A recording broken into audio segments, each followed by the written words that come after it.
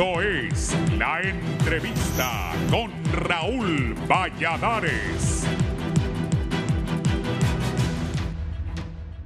El proceso político hondureño atraviesa una fase crucial donde se tendrá que mostrar la efectividad del Tribunal de Justicia Electoral en resolver la gran cantidad de denuncias e impugnaciones de actas y urnas interpuestas por aspirantes a cargos públicos que hoy están en manos de la Fiscalía Especial de Delitos Electorales del Ministerio Público y de la Dirección de Investigación Policial DPI. Asimismo, los funcionarios del Consejo Nacional Electoral anunciaron un escrutinio especial que inicia este martes con 2.581 maletas electorales en el nivel electivo de diputados. El Ministerio Público conoce 18 denuncias de aspirantes a cargos de elección popular que ya tienen requerimiento de investigación en los niveles de aspirantes a diputados y alcaldes municipales a los que se lesionaron derechos de participación política. La jornada incluyó una carta pública de la Conferencia Episcopal de Honduras pidiendo investigar las denuncias de inconsistencias y un pleno del Consejo Nacional Electoral que desmintió la presunta pérdida de 5.000 actas en una actividad de desinformación, afirmaron los concejales Kelvin Aguirre, titular del organismo, y sus pares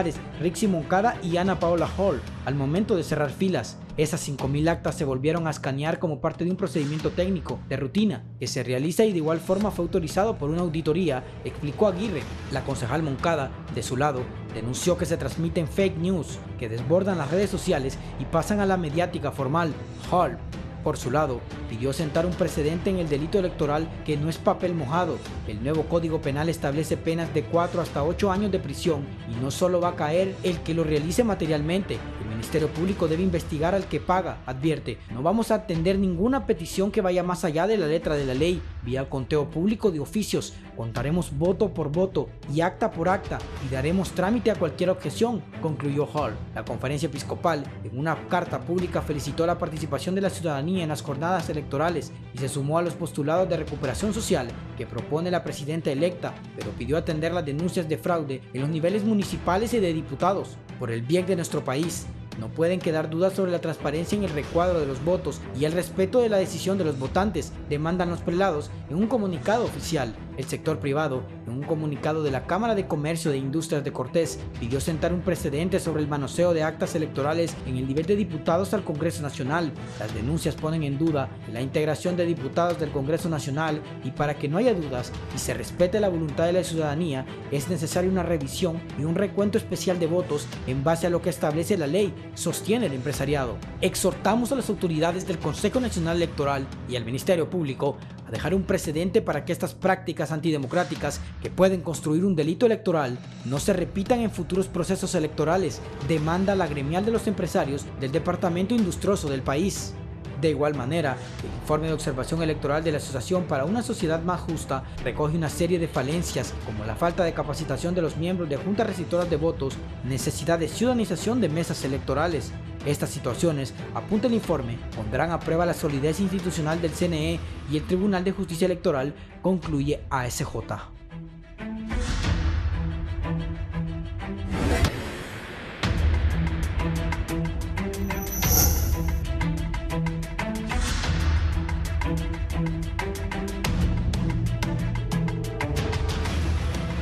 Buenos días, gracias por estar con nosotros en la entrevista de Canal 11 y Radio Visión Honduras.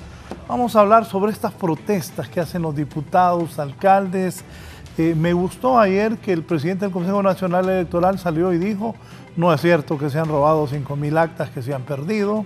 También la concejal Rixi Moncada dijo que si quieren cuento voto por voto será.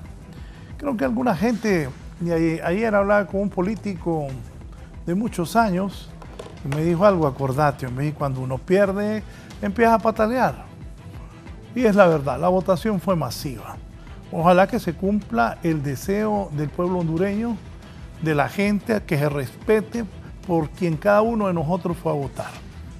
Yo particularmente voté por mi partido, el Partido Liberal, por el Gente de Libertad y Refundación, voté por el doctor Denis Castro, que es Alianza Patriótica, y así por otros, tratando de uno pensando en que quiénes podrían ser buenos diputados. Eso hice yo. Mucha gente votó en plancha y otra gente hizo lo mismo. Pero lo importante es que se respete el voto de cada persona que masivamente, como nunca antes en la historia, fue a votar. Está conmigo aquí don Lester Ramírez, que es director de Gobernanza y Transparencia de ACJ. Es un gusto que esté conmigo. Buenos días.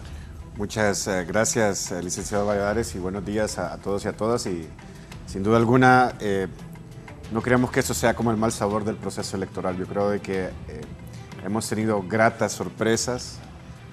El hecho de que se produjeron los resultados electorales en el tiempo establecido y que se continuó dando la información, creo que eso calmó a todo mundo. Y ahora este pequeño, yo le quisiera decir bache, ¿no?, en el proceso electoral, y que espero que se resuelva, ¿no?, porque se están pidiendo muchas cosas, ¿no? O sea, auditoría forense, se están pidiendo voto por voto, y creo que es muy importante también tomar en cuenta los plazos que hay para hacer todo esto, ¿no? Es decir, en menos de un mes el Consejo Nacional Electoral está llamado a declarar las elecciones de manera oficialmente, es decir, el 28 de diciembre. En teoría todo esto debería estar resuelto. Sabemos de que hay procesos legales también pendientes. Ayer venció el plazo para presentar impugnaciones, como usted dijo también. Mucho también tiene que ver con la estrategia de mantenerse vigente de parte de las personas o de los candidatos que no ganan. Nosotros hicimos un estudio, justamente una semana antes de las elecciones lo presentamos y nos dimos cuenta, a través de la recolección de la información que el CNE nos brindó de todas las impugnaciones que logramos documentar y sistematizar, y el 75% de las impugnaciones fueron declaradas sin lugar en el proceso de las primarias, ¿no?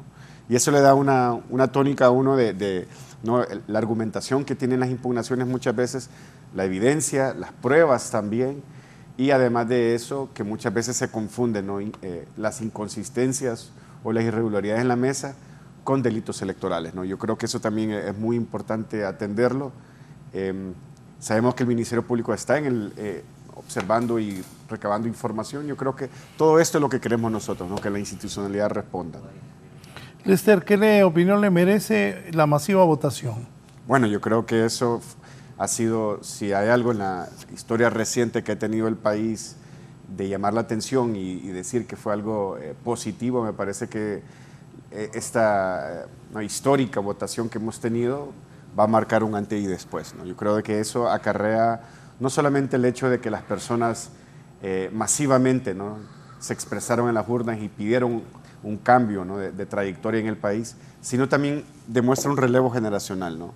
El hecho de que el voto joven se movilizó, que es un voto generalmente que se abstiene de votar, pero también el hecho que, según nuestros cálculos, alrededor del 50% del Congreso Nacional va a ser también nuevo, renovado y va a ser nuevo en términos de su experiencia también. Eso lo demuestra también que hay un relevo en la clase política, y esperemos que este relevo en la clase política no venga y adopte las mañas de la tradicional clase política hondureña, y que empiece, ¿no?, a trabajar con una agenda por el país. Se necesitan hacer muchos cambios. Creo que este voto masivo nos demuestra de que no, el país quiere un cambio, pero también este voto masivo demuestra también de que estas personas que han sido electas, desde la presidenta electa hasta los diputados y diputadas, alcaldes, tienen una gran responsabilidad que cumplir. Hay enormes expectativas, y si no se cumplen en tiempo y en forma, yo creo que este proceso electoral y lo que produzca en términos de gobierno va a defraudar a muchos, ¿no? Entonces esperemos de que estas nuevas autoridades electas lleguen con una agenda lista, lleguen con una prioridad definida, lleguen, ¿no?, con la capacidad para tomar en cuenta, ¿no?, todas las expectativas de la población y tomen decisiones que beneficien a las masas, ¿no? Yo creo que hay acciones que se tienen que hacer a corto tiempo, es decir, hay victorias tempranas. Creo que desde la perspectiva, por ejemplo, de algo que yo trabajo mucho, el tema de anticorrupción, creo que la ley de secretos es algo que se puede trabajar en el corto plazo, y eso va a generar, ¿no?, esa confianza en que los cambios se pueden dar. Yo creo que también el hecho de tener una votación masiva tan contundente y un proceso electoral, a pesar, ¿no?, de toda la, se puede decir, conflictividad que hubo antes de la jornada electoral, pero ahora mismo, licenciado Valladares, lo que el país está viviendo es estabilidad política, y una estabilidad política que no había vivido en muchos años. Y esa estabilidad genera oportunidades para inversión, genera oportunidades para empleo, genera también certidumbre jurídica. Entonces eso, de alguna manera, también impacta en la recuperación económica que requiere el país en estos momentos. Sí, me acuerdo que antes de las elecciones la gente decía que iba a haber relajo, que se iban a haber tomas de calles, de carreteras, que se iban a haber llantas incendiadas, que si había que ir al supermercado a comprar los víveres. Gracias a Dios nada de eso pasó y las elecciones fueron en paz, masivamente a votar.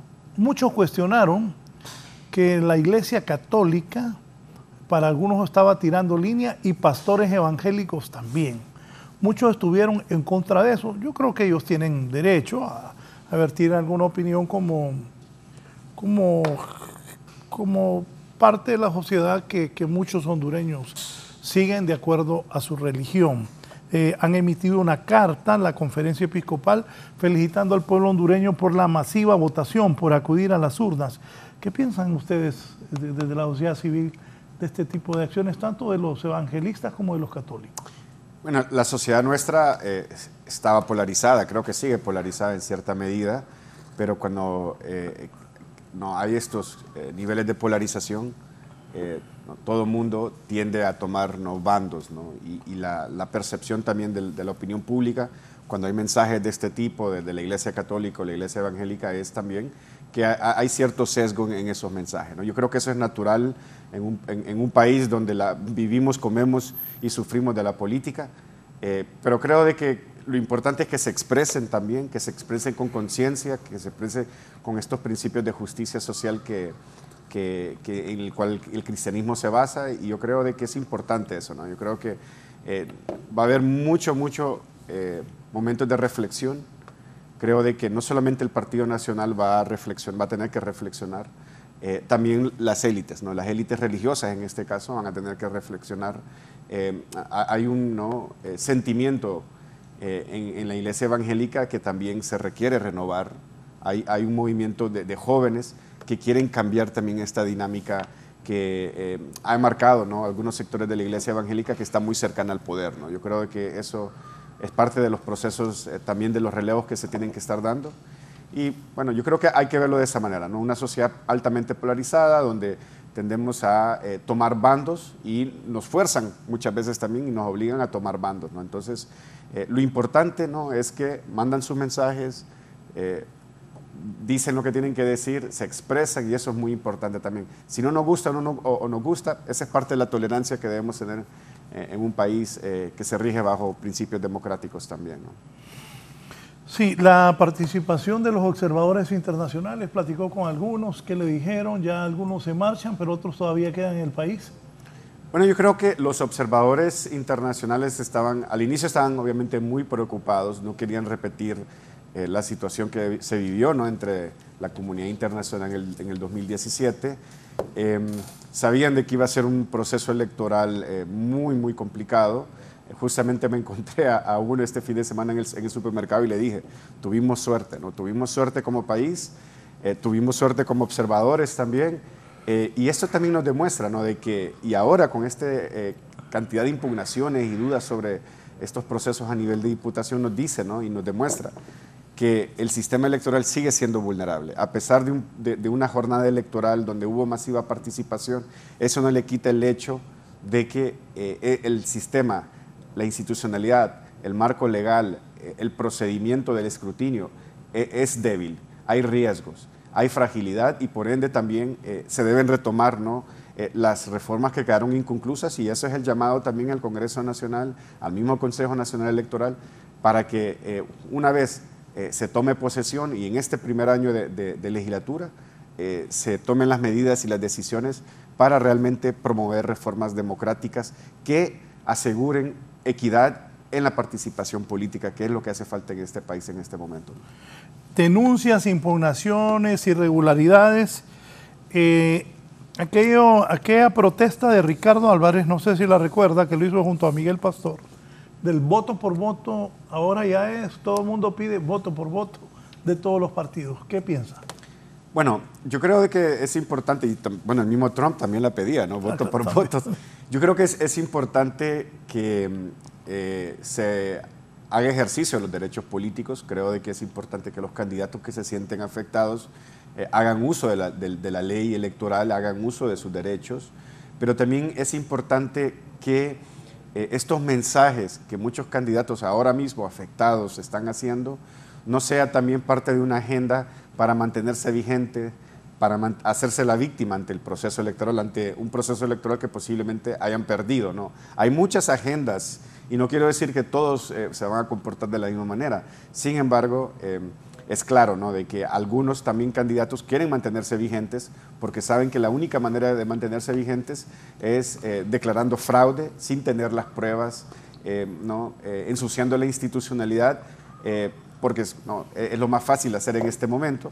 Sin embargo, yo creo que hay que ser muy sensato, muy moderado, hay que respetar la institucionalidad, hay que respetar el proceso, hay que, ¿no?, y este es parte de los resultados de nuestro estudio, hay que recabar las pruebas y la evidencia que demuestre esas inconsistencias y esas alteraciones. Esa es una de las grandes debilidades del derecho electoral nuestro y de la manera como también se presentan impugnaciones. En la gran mayoría de los casos que nosotros hemos encontrado, la argumentación, tanto objetiva como sustantiva, es decir, la parte probatoria como también la argumentación legal, es muy pobre, ¿no? Yo creo que ese va a ser un debate, va a ser un dilema.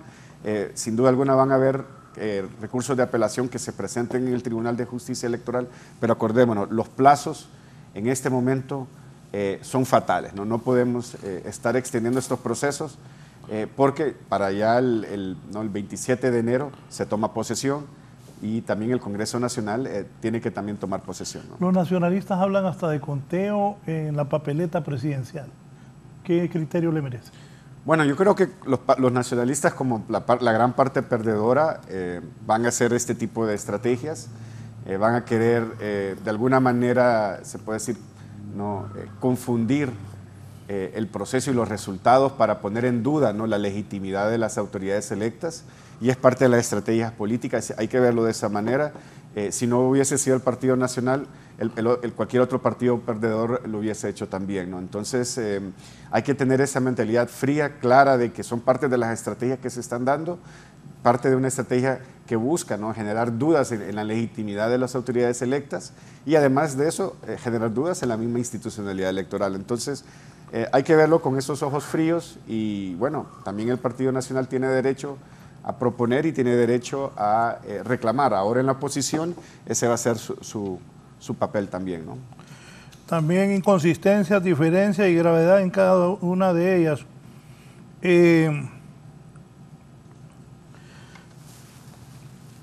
Ayer los consejeros dijo que van a cumplirles voto por voto si quieren. No es fácil, ¿verdad? No es fácil. Yo creo que, no sé si usted que tiene más experiencia política, creo que no se ha hecho en la historia del país eso. Nunca. ¿No? Ni creo que sea. Sí. ¿Cuántos votos tendrían que ser? Por ejemplo, ayer yo miraba gente que presentaba actas de otro partido y estaba peleando por su partido. Vaya, para el caso, la gente votó más por libre y la gente votaba por libre. Por eso, Salvador Narrala se fue a libre de su partido y los muchachos y muchachas, señoras y señores, que iban en el partido Salvador de Honduras, el candidato era un desconocido. Entonces esas cosas afectan en la política. Sí. Y por ejemplo, vaya, el caso Rafael Virgilio Padilla. Rafael Virgilio estaba en la posición 8 y pasó a la 5. Entonces, aún así, la polémica, entonces digo yo, ¿dónde está el fraude aquí? Porque habían unos que estaban primero y iban después. Entonces, también la inexperiencia de algunos. Y yo creo de que pueden haber, ¿no?, circunstancias de alteración dolosa, pero también hay problemas técnicos que se están dando y que se están demostrando también, ¿no? Yo creo que es importante también ponerlo en términos relativos, ¿no? No todo es alteración dolosa, hay elementos, ¿no?, que están demostrando que es la manera como el sistema, ¿no?, tomó la cifra en papel y la transcribió o la adoptó a manera digital, ¿no?, que lo hacía el sistema del TREP. Entonces yo creo que más que estar también llamando a fraude, yo creo que lo importante es tener un buen control de calidad, revisar muy bien, ¿no?, la transcripción de papel a digital. Y bueno, yo creo que es parte también, ¿no?, de esta observación que se tiene que hacer. Yo creo que un tema positivo en este, licenciado Valladares, es la cantidad de jóvenes que están pendientes y que están revisando las actas, ¿no? Eso nos demuestra de que están también, no solamente fueron a votar, sino que también están dispuestos a defender ese voto, ¿no? Y eso yo creo que es muy positivo. Creo que esta es una elección aprendida. Le hago una pregunta, ¿usted creía que iba a ir tanto joven a votar o no? La verdad que no. La verdad que a mí me ha sorprendido, yo creo que a todos nos ha sorprendido.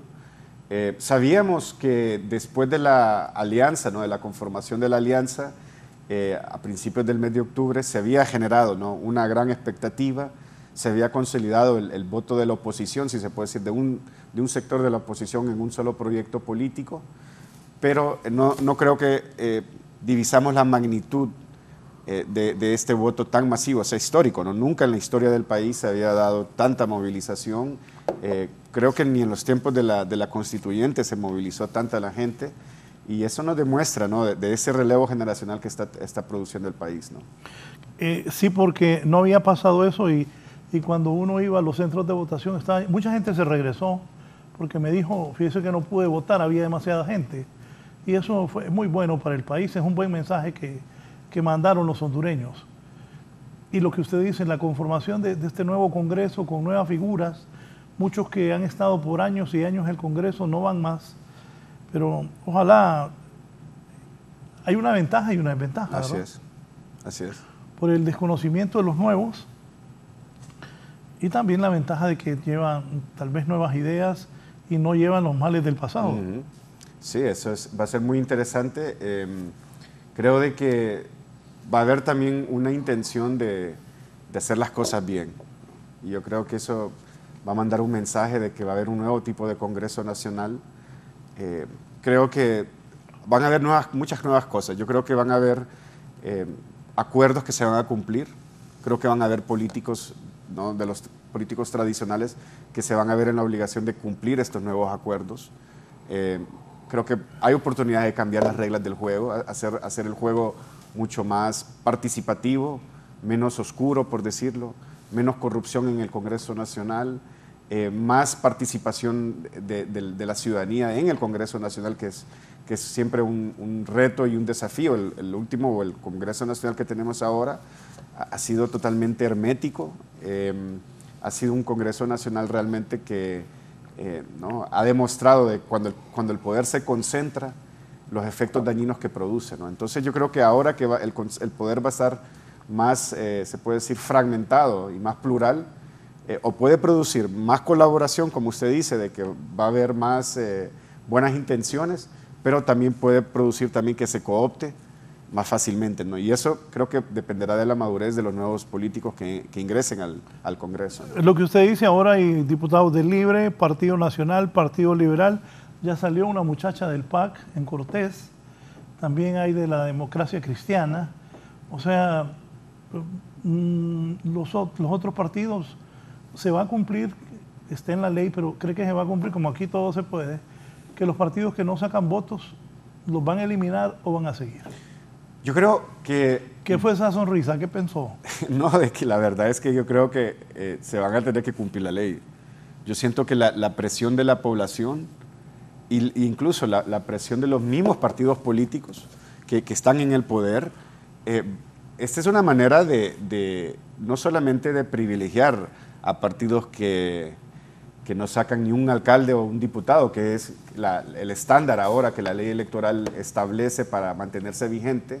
Ya no se requiere un mínimo o un porcentaje mínimo de votos, sino lo que se requiere tener para estar vigente como partido es tener un diputado, tener un alcalde, mínimo uno, o haber participado en una alianza política, ¿no? Lo que creo que va a producir es que va a haber mucha presión desde los demás partidos políticos que quedaron, ¿no?, que tienen una cuota de poder, de buscar que se le cancele la inscripción a estos partidos que no lograron tener un alcalde, no lograron tener una diputación. Porque si lo vemos de una perspectiva de derechos, el partido que no logra un alcalde o un diputado y se le reconoce un derecho, violentaría los derechos de los otros partidos. Y entonces ahí estaríamos hablando de una fuerte violación al derecho político, ¿no?, a los derechos fundamentales que tiene la Constitución participar y ser electo, ¿no? Entonces yo creo de que bajo un argumento de derechos humanos, bien se puede también presentar, ¿no?, en algún momento recursos contra esas decisiones arbitrarias que puedan tomar de mantener vigentes ciertos partidos políticos. Entonces, hay un elemento del derecho político, pero también hay un derecho humano que hay que respetar, y yo creo de que los partidos que llegan a tener una cuota de poder en este proceso electoral van a hacer ejercicio de ese derecho para sentar precedentes. Yo creo que en este proceso electoral se deben sentar precedentes. Un precedente debe ser el que acabamos de hablar, pero también un precedente de que si hay fraude electoral, si hay delitos electorales, que también se procesen a estas personas, que es otro tema. Sobre eso, ¿cómo hace las investigaciones DPI y la Fiscalía? Porque se ha ido ya a presentar denuncias a la Fiscalía, entiendo que es la Fiscalía de Delitos Electorales. Mire, ese es un tema sumamente complejo, porque nosotros también en nuestro esfuerzo se puede decir, de mitigar el conflicto y la violencia que hicimos antes de las elecciones, tuvimos acercamientos con diferentes, se puede decir, entidades públicas. Una de ellas fue la policía, la Dirección de Policía de Investigación. También se habló con el Ministerio Público y hay grandes retos en términos del conocimiento del derecho electoral. Es decir, Honduras, a pesar de tener 11 elecciones consecutivas, nunca ha procesado a ningún candidato o a algún activista o algún líder político por delitos electorales. Nunca ha habido un proceso ni un requerimiento fiscal en este tipo de delitos. Entonces, hay muy poca experiencia en materia de investigación, hay muy poco conocimiento de cómo se fraguan los fraudes desde el sistema, se puede decir, de persecución penal, y hay mucha, se puede decir, dudas de cómo poder tener, se puede decir, prueba, ¿no?, especialmente cuando se están fraguando en el caso de las mesas electorales o las juntas receptoras. Creo que en este momento que se puede decir, alteración de las actas se está dando a nivel central y se está dando en el sistema informático, creo que es más fácil no seguir la huella y la pista a las personas que digitalizan esta información. Es más fácil identificar quién digitalizó el acta, es más fácil identificar quién usó la computadora. Todo esto queda registrado ¿no?, en los sistemas informáticos. Me imagino que hay contraseñas que se deben utilizar para ingresar a tabular esta información, y todo esto debe tener, ¿no?, una persona que controla todo esto, ¿no? Usted tiene razón, muchas veces he escuchado, he sabido que a candidatos a diputados en internas y en generales, esto es triste, que hay gente, no sé si será por ambición de ganarse unos lempiras, por desconocimiento, pero no saben que tratar de adulterar actas y ayudarle a alguien que no ha salido es un delito grave, porque uno no puede jugar con el voto de cada uno de los hondureños que van a votar.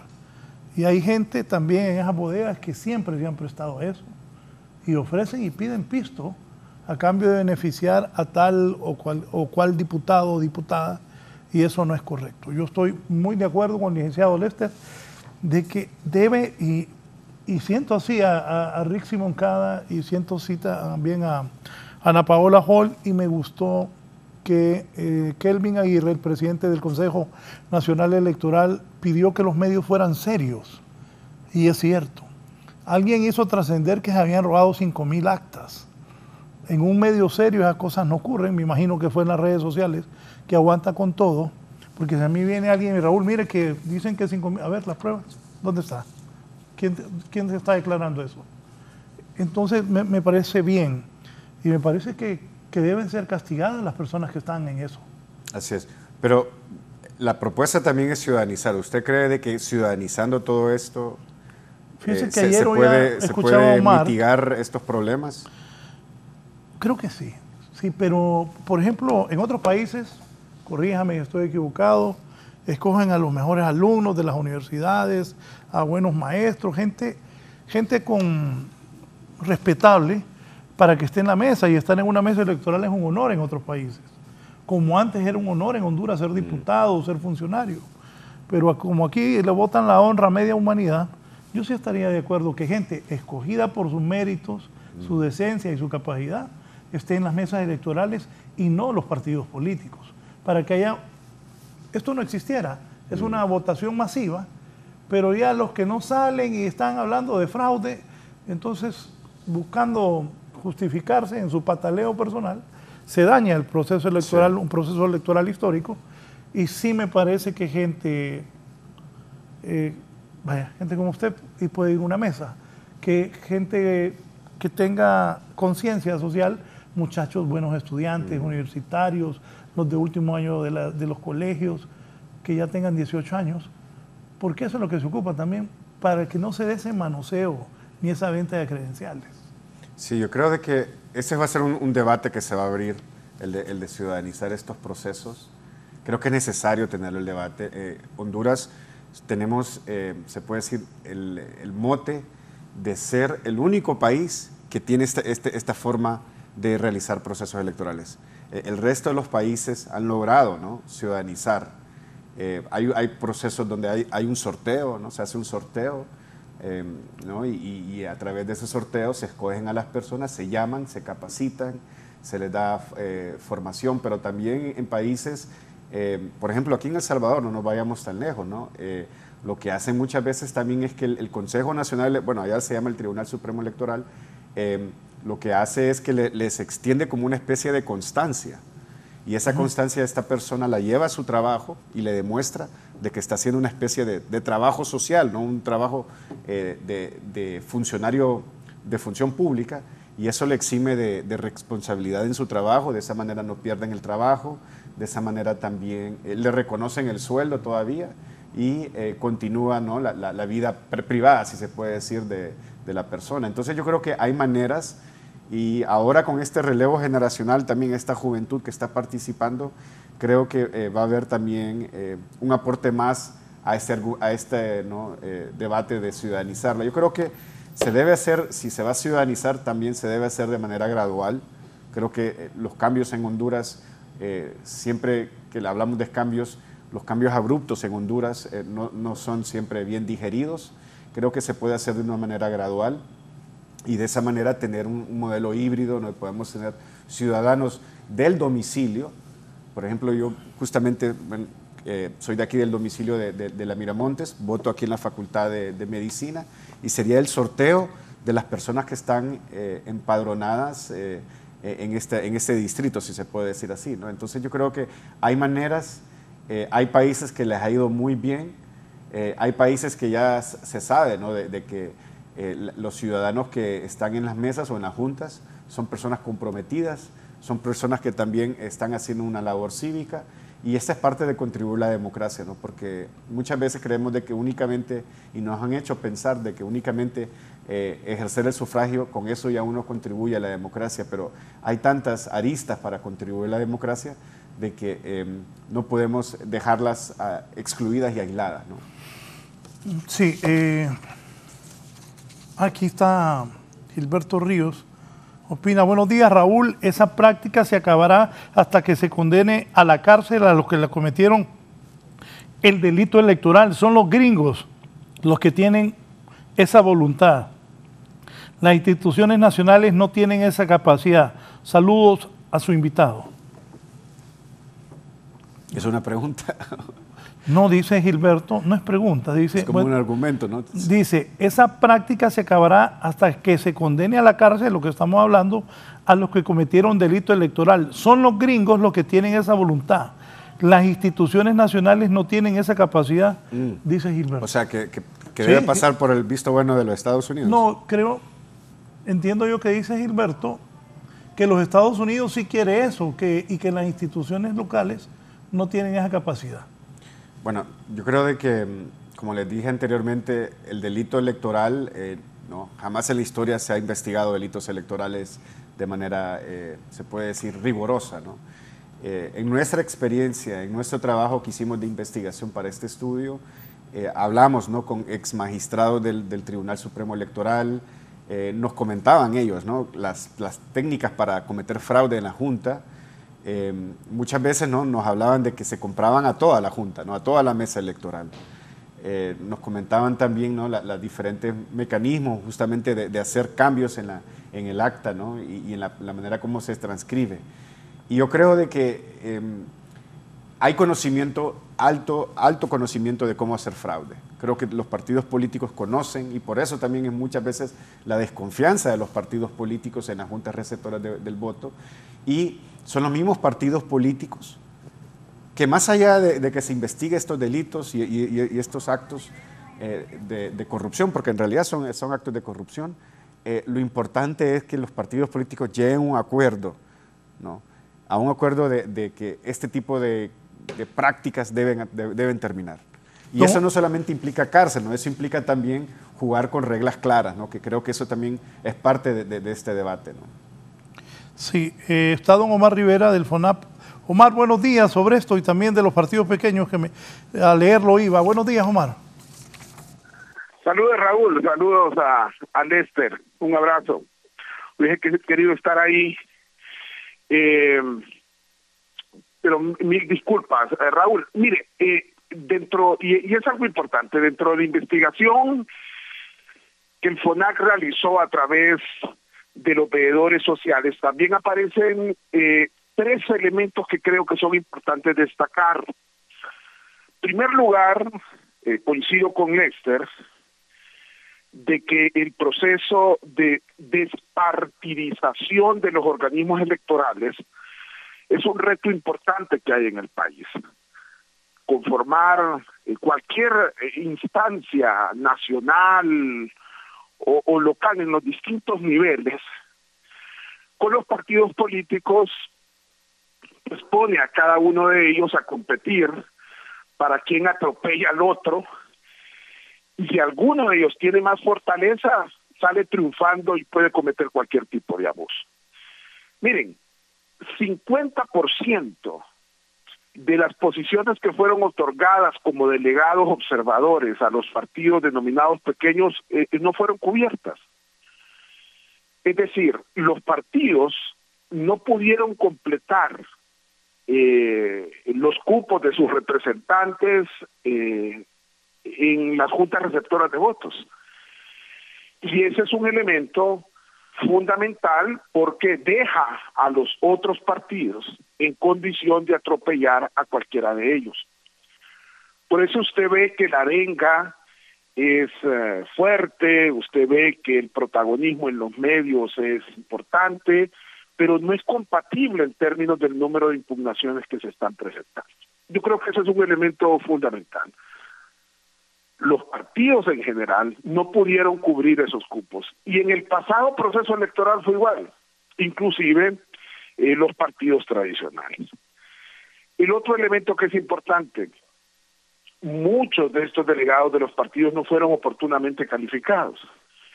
Nosotros tenemos el testimonio a través de nuestras herramientas de recopilación de información que nos indican que cerca de 3/4 partes de las actas que fueron transmitidas, quien en realidad operó el sistema TREP fue el operador técnico y no los secretarios de las juntas receptoras de votos. Es decir, no estaban preparados los partidos políticos ni para hacerse presente en esas instancias, ni para poder operar muchos de los dispositivos tecnológicos que se pusieron a disposición para transmitir. Eso brinda una amplia opción para quien más fortaleza tiene en términos de número de seguidores, de activistas, y en términos de la capacitación que se pudo haber brindado a sus delegados para poderse imponer sobre los demás. En tal sentido, yo creo que no se trata solamente aquí de los intereses de los partidos, sino que atropellando el interés de un partido se atropella también la voluntad del pueblo expresada en las urnas. Así que el paso hacia la ciudadanización de los organismos electorales es un elemento impostergable. Como le decía Lester, podemos utilizar algún tipo de recurso humano que desde ya tiene superior preparación sobre el resto de los hondureños. Por ejemplo, el caso de los estudiantes universitarios o los estudiantes de escuelas técnicas, creo que ahí hay una oportunidad extraordinaria para poderlos involucrar. Finalmente, por otro lado, creo que este reto que hay para evitar que exista impunidad sobre los delitos electorales pasa por utilizar los distintos medios de registro de los electores. Yo ayer por la noche en una reunión planteaba la necesidad, por ejemplo, Raúl y Lester, de cruzar el registro del lector biométrico de huella digital con el registro del cuadernillo, con el registro de votos emitidos. Eso claramente le va a permitir identificar usted si hubo un aumento sustancial en el número de votos por urna. Y por el otro lado, comparar las actas y el escrutinio realizado en la mesa electoral, lo que fue transmitido y lo que finalmente aparece en los portales del Consejo Nacional Electoral. Si se tiene voluntad, fácilmente se puede identificar a quien cometió ese tipo de transgresión a la ley y castigarlo de forma vehemente. Yo quería subrayar, reitero, esa falencia que hay en esa gran cantidad de partidos políticos que tuvieron la oportunidad de nombrar por lo menos delegados observadores y lamentablemente no lo hicieron. Sí, gracias a don Omar, que es el director ejecutivo del FONAP. ¿Comentarios? Sí, son muy oportunas las recomendaciones. Hay un detallito que nosotros nos dimos cuenta justamente bajo ese pensamiento de que si cruzamos lo que está en el cuadernillo con lo que está en el acta y con lo que ahora está en el dispositivo, es que el CNE cuando se da cuenta, ¿no? Y eso nos lo comentaron los mismos candidatos en las primarias, cuando el CNE se le demuestra de que sí hubo inflación, así en términos coloquiales, en la urna, lo que hace el CNE o cualquier órgano electoral en la historia que ha habido en el país es que proporcionalmente le quita o le deduce se puede decir, ese excedente de votos a cada uno de los candidatos de manera proporcional. Es decir, que no hay, por ejemplo, un castigo en términos de reducirle los votos a aquel candidato o a aquel partido político que de alguna manera manipuló las actas o manipuló el proceso del escrutinio. Entonces, eso es muy interesante, ¿no? Porque también no solamente es cruzar estos controles internos que hay en la Junta Receptora, sino también, ¿no?, que el CNE tenga un criterio claro de cómo se va a penalizar en caso de inflación de votos. Porque esa salida salomónica de reducirle o de descontarle los votos proporcionalmente a todos los candidatos o partidos políticos no es un castigo, simplemente es una manera de emparejar lo que aparece en el cuadernillo con lo que aparece en el acta de cierre. Lo que hizo usted, una salida salomónica, pero no hay un castigo para el delito. No hay un castigo, entonces no, el costo-beneficio sigue siendo, el beneficio sigue siendo mucho más alto que el costo, ¿no? ¿Cuánto es el castigo para alguien que comete delito electoral? Bueno, yo creo que según el nuevo Código Penal son máximo 8 años, ¿no? Máximo 8 años, pero probar, ¿no? Esa es la gran interrogante, probar ese delito es el gran reto. Yo creo que es uno de los delitos más complejos de probar en estos momentos. La administración estadounidense del presidente demócrata Joe Biden demandó al estado republicano de Texas, al que acusa de rediseñar las circunscripciones electorales con el objetivo de diluir el voto de minorías afroamericanas e hispanas. El Departamento de Justicia demanda al estado de Texas por la violación de la ley federal sobre el derecho al voto, ley vigente desde 1965 tras la gran movilización por los derechos cívicos, según afirmó el fiscal general Merrick Garland en una rueda de prensa. Entre 2010 y 2020, la población en Texas aumentó en 4 millones de personas, de los cuales un 95% pertenecen a minorías. En virtud de este crecimiento demográfico, Texas ganó 2 nuevos escaños en el Congreso, según lo explicó Vanita Gupta, número 3 del Departamento de Justicia. Sin embargo, las autoridades tejanas rediseñaron en 2021 las circunscripciones de forma que esos 2 nuevos puestos sean ahora elegidos por una mayoría de electores blancos. Este ha sido un informe para 11 Noticias.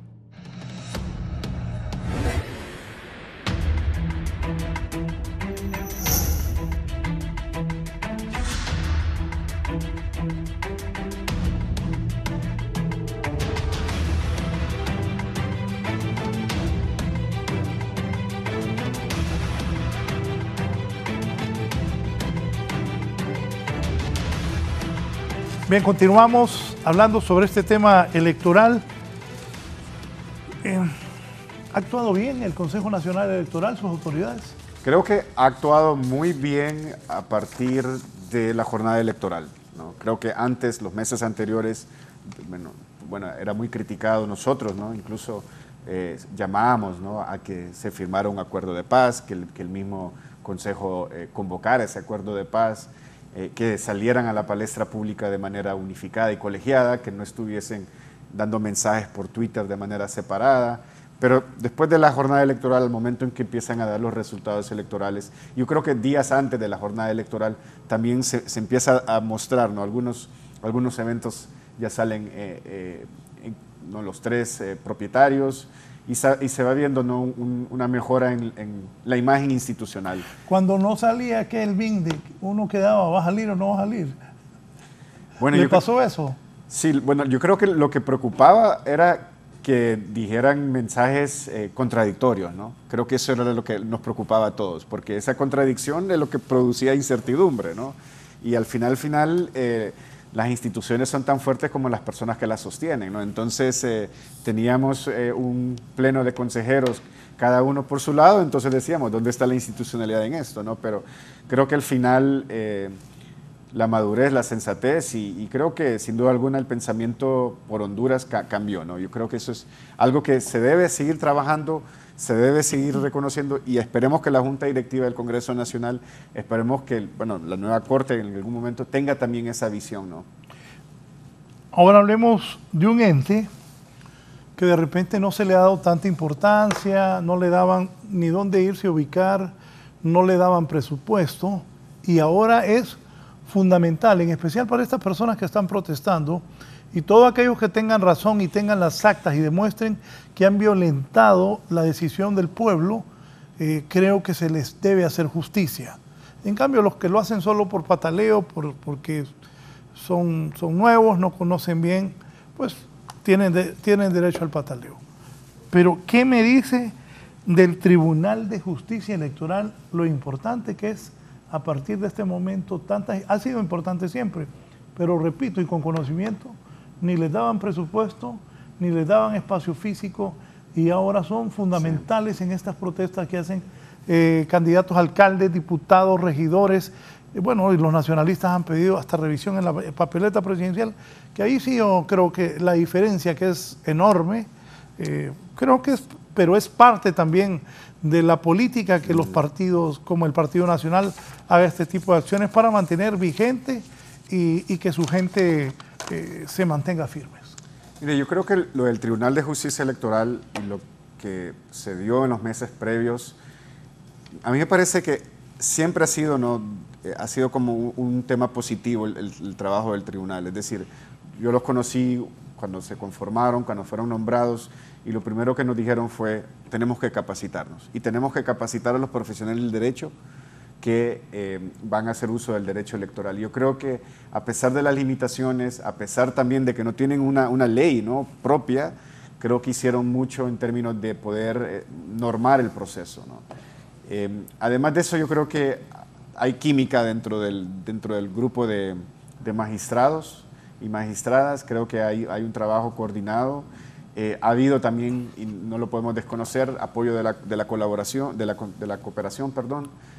Nosotros mismos, ¿no?, desde nuestro espacio, junto con el Centro Carter, trajimos, ¿no?, desde México, trajimos de República Dominicana jueces también que son, ¿no?, los homólogos de los magistrados que tenemos nosotros, para que también explicaran la experiencia mexicana, la experiencia de República Dominicana, incluso la experiencia tica, que si bien los ticos no tienen este modelo separado que tenemos nosotros, donde tenemos la administración y la justicia electoral, también tienen mucha experiencia en administración de justicia, ¿no? Entonces yo creo que ha habido, ¿no?, esa química que ha tenido el tribunal, ha habido capacitación, a pesar de las limitaciones que han tenido, a pesar de no tener una ley, buscaron, ¿no?, mecanismos supletorios.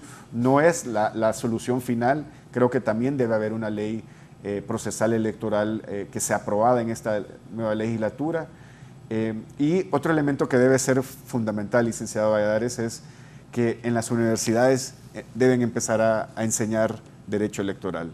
el Colegio de Abogados debería tener también un plan de capacitación a los profesionales del derecho en materia de derecho electoral. Tenemos 40 años de democracia, pero solo tenemos como 2 años de derecho electoral en términos de la aplicación y la administración de justicia electoral. Yo creo que esa es una gran deuda que tiene la clase política. ¿Por qué? Porque como usted bien lo sabe, ¿no? Las controversias se han solucionado de manera política. Sí. Y yo creo que este proceso electoral también debe ser, no ese parteaguas, y empezar a aplicar la justicia, ¿no? Porque de eso se trata también, hacer valer derechos, ¿no? Sí, creo que la gente salió a votar por un cambio, por algo diferente, y creo que los vencedores y los vencidos que van a ocupar cargos de elección popular deben recibir ese mensaje del pueblo hondureño, porque es un mensaje claro el que mandó la población. Sí. Sobre eso que usted dice, yo recuerdo que teníamos una clase de moral y cívica en la escuela y en el colegio, pero eso desapareció, y también es importante esto de, ¿cómo dijo que debería ser la clase? De justicia electoral. De justicia electoral. Sí. Y que el hondureño conozca también. La votación, yo siempre decía aquí, vaya a votar por quien usted quiera, pero vaya a votar, porque considero que eso le daba fortaleza a la democracia hondureña, y que solo de esa manera no iba a haber problemas, porque una votación masiva, ganara quien ganara, no iban a decir que era un fraude o que por un por ciento, y esto creo que el pueblo lo entendió y salió a votar. ¿Qué se parte de ahí, de esta nueva votación? ¿Qué es el futuro de Honduras electoralmente hablando?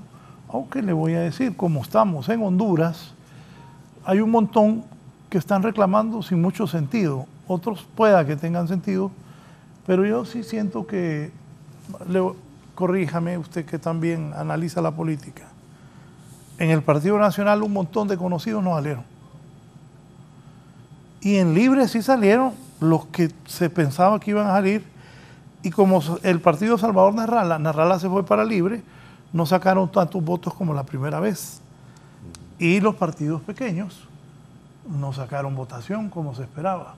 Así es. Y muchos, prácticamente la ley dice que no van a poder continuar. Creo que entonces la elección fue buena para el país y el pueblo se expresó.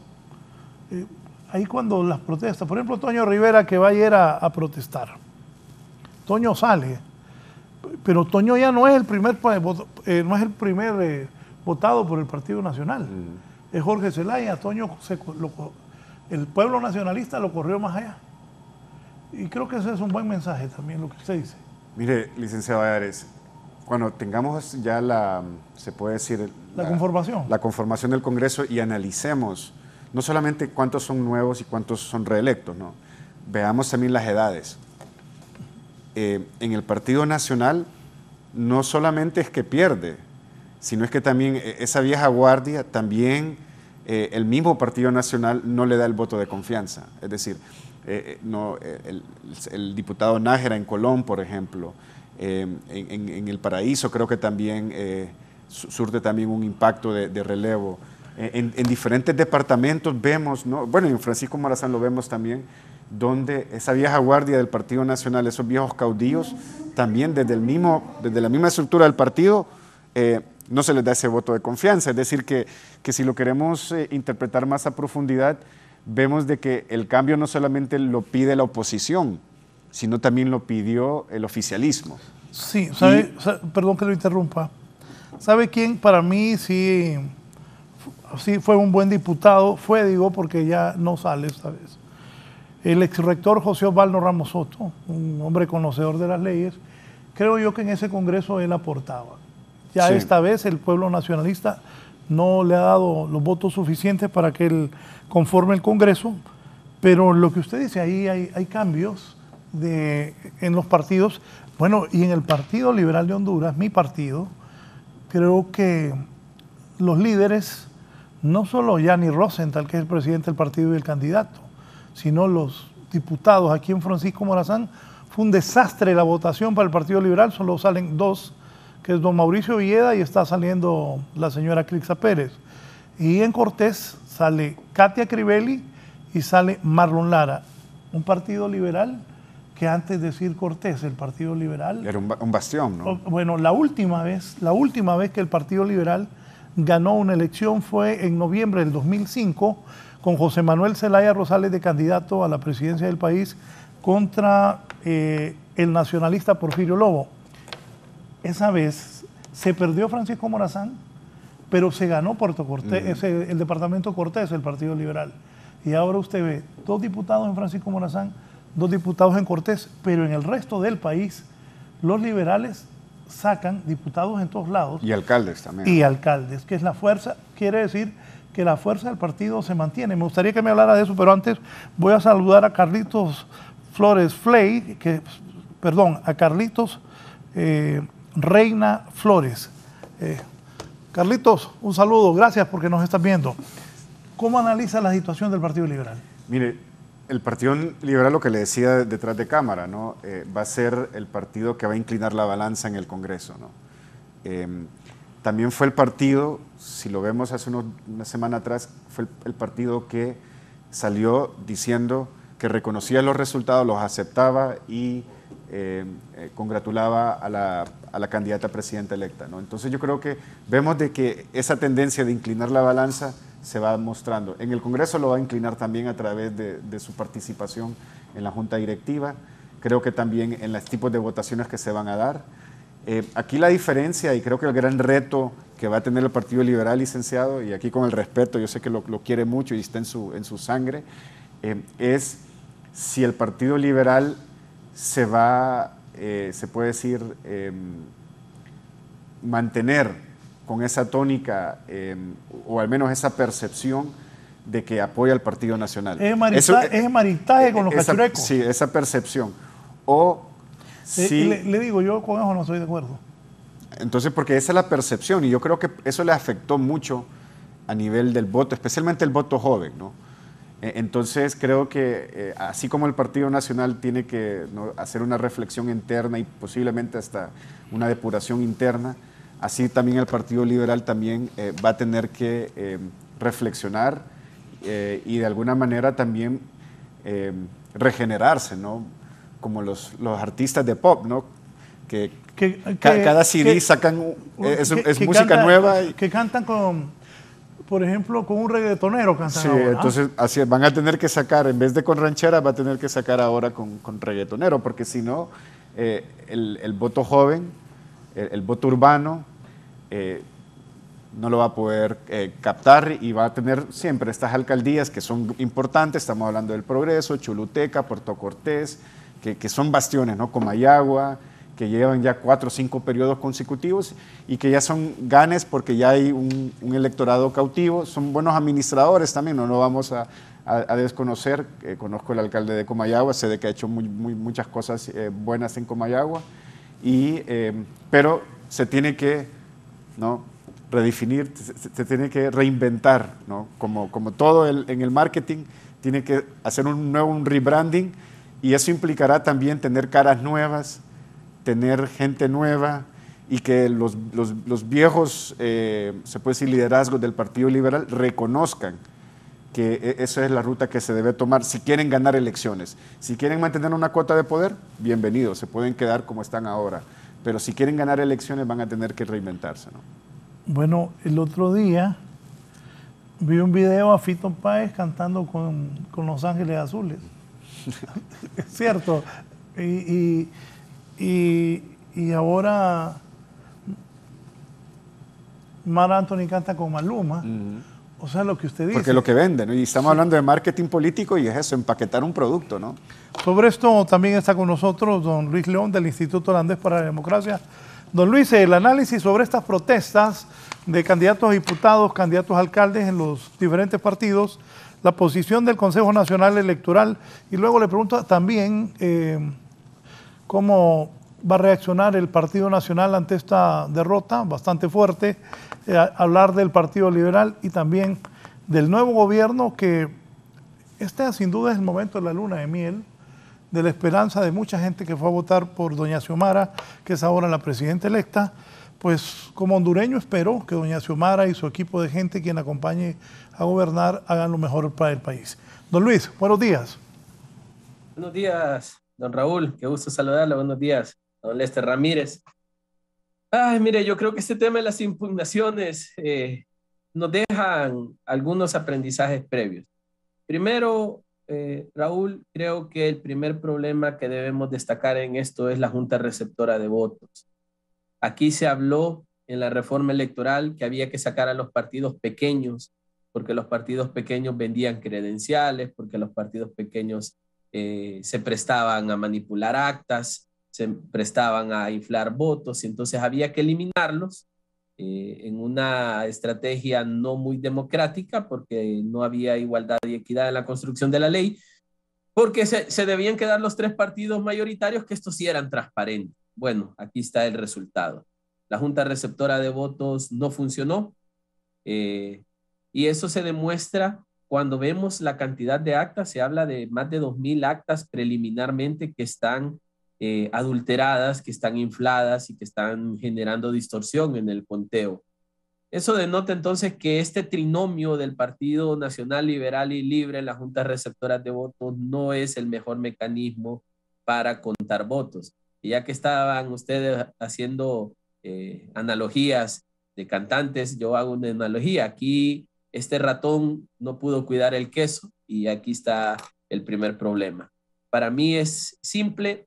No podemos seguir un proceso electorales en Honduras conformados por partidos políticos en la Junta Receptora de Votos, porque ya es evidente que no hay respeto a la voluntad popular, porque esto sí pasó en diputados. ¿Y por qué no pasó a nivel presidencial? Porque a nivel presidencial fue contundente la votación y no permitió la manipulación. Era muy difícil, con un 50%, 52% de diferencia, tratar de manipular votos. No obstante, a nivel de diputados, para empezar el conteo empieza ya en la madrugada, están cansados, están solos, hay una directriz clara de las autoridades de los partidos que les están diciendo a quién beneficiar y a quién no.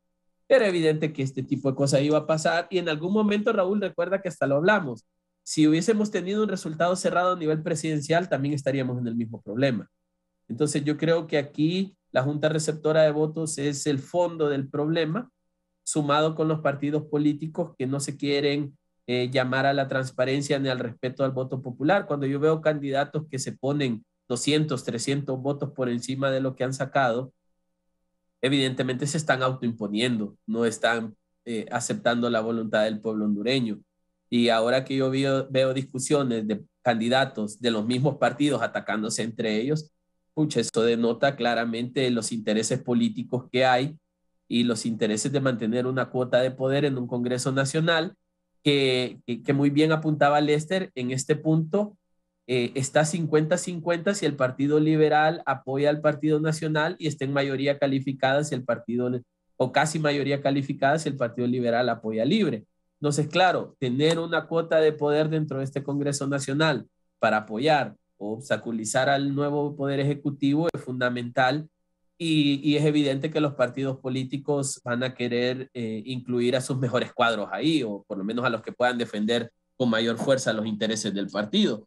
Entonces yo creo que tenemos un problema de fondo que nace en la ley y que hoy demuestra que la improvisación para aprobar esta ley electoral se ve reflejada en esta lluvia de impugnaciones. Ahora, el Consejo Nacional Electoral hoy inicia un conteo especial.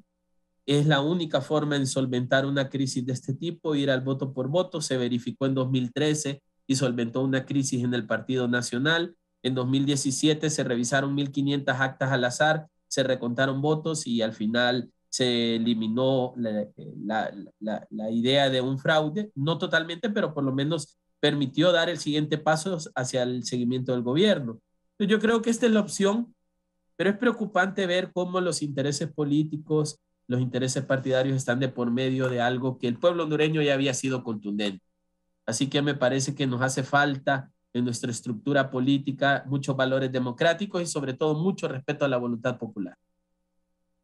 Sí, el Partido Liberal me decía hace poco que ese maritaje que se le acusa al Partido Liberal, me decía el licenciado Lester, con el Partido Nacional afecta. Ojo, hablemos de la conformación del Congreso, porque el Partido Liberal tiene más de 20 diputados, y en la conformación del Congreso, de repente los nacionalistas le pueden ir a buscar apoyar a Libre y al Partido Salvador de Honduras, o buscar apoyar a juntarse con los liberales. Hay una muchacha del PAP. Y Democracia Cristiana. Y Democracia Cristiana. Va a estar bien interesante esto cuando ya esté la integración total. ¿Qué cree usted va a pasar? También que ha trascendido de que Salvador Narrala estaría proponiendo, de acuerdo al documento que firmaron, y que el expresidente Zelaya no lo ha desconocido en ningún momento, la posibilidad que Narrala proponga quién cree él debe ser el presidente del Congreso, que para todo eso también no solo es la buena intención, también se necesita el cabildeo político y los votos. Recuerdo yo bien una elección, don Ricardo Maduro, gobierno de don Ricardo Maduro, gana don Ricardo Maduro. Para mí un buen presidente. Don Ricardo quería poner primero a Luis Cosenza. De ahí quería poner a Jorge Ramón Hernández al Cerro. Ya había presentado a Pepe Lobo como ministro de Seguridad, se lo había presentado a los diputados. Y de ahí surge la candidatura de Jorge Carranza. Entonces estaba entre una disputa entre Cosenza, Alcerro, Carranza. Los dos primeros, los tres eran amigos de don Ricardo, pero los dos primeros, don Ricardo prefería a Cosenza y no se pudo. Y ahí surge Pepe Lobo, a quien ya lo habían presentado como ministro de Seguridad y queda como presidente del Congreso. Eso es lo que pasa. Y entiendo que el ingeniero Narrala ya debe haber platicado con su gente más cercana para que le expliquen todo esto. Porque puede tener la intención de cumplirle a Narrala y poner un diputado del Partido Salvador de Honduras, pero se ocupa todo este tipo de cabildeos para lograr los votos que permitan que alguien acceda a la presidencia del Congreso. Es que creo de que hay que entender de que hay una correlación de fuerzas en el Congreso. Y no solamente es la línea que tira el líder del partido, ¿no? Sino también es qué le ofrece a esas bancadas. Que eso es algo que también debemos comprender. Es decir, la política es de negociación, no es de imposición. Quisiéramos olvidarnos de esa idea de que la política únicamente es de imposición, ¿no? Yo creo que para no olvidarnos de esa idea hay que empezar con pie derecho en este Congreso Nacional y negociar. Y esa negociación posiblemente no sea lo que el ingeniero Salvador Narrala tenga en mente en este momento, ¿no? Y yo creo que esa es parte de la realidad, pero ese también es parte de saber cómo negociar.